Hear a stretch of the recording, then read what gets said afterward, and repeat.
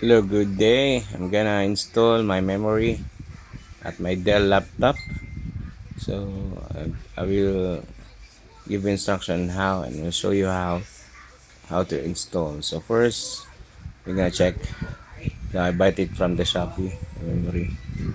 So first, check the Dell if it's running. Currently, my laptop has only 4 gig in memory. It's now opening.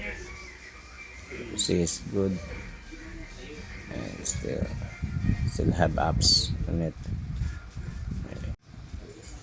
So I bought 4 gig memory DDR3 with 1600 megahertz from Shopee. Thank you Shopee for having this. So I'm gonna open this one. So I carefully open it, the DDR3. Just a precaution if you are not if you're in static, just don't touch the metal of the memory. So I'm gonna open it. I just screw. This is a model of Dell i3. So if you have a laptop like this, the memory is just in the just unscrew it behind that cover. Just carefully open it. And then there's a open slot. This one. You just insert this memory. There's a slot, even not even slot. So just put it fitly.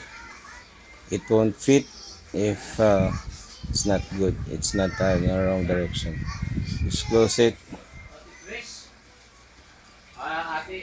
and screw.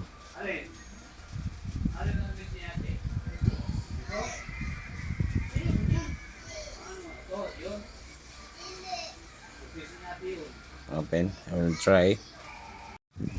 Here we go. It loads up. For the first time, the memory, it will show a prompt, a message that you to continue because your memory has just changed. So here we go. We're opening. Yeah. So that's it. We'll check what memory from the my PC or PC1 or this PC, my computer. Now it's properly installed. You have now 8 gig. So if you have questions about installing your laptop memory, you can drop your comment and please hit subscribe.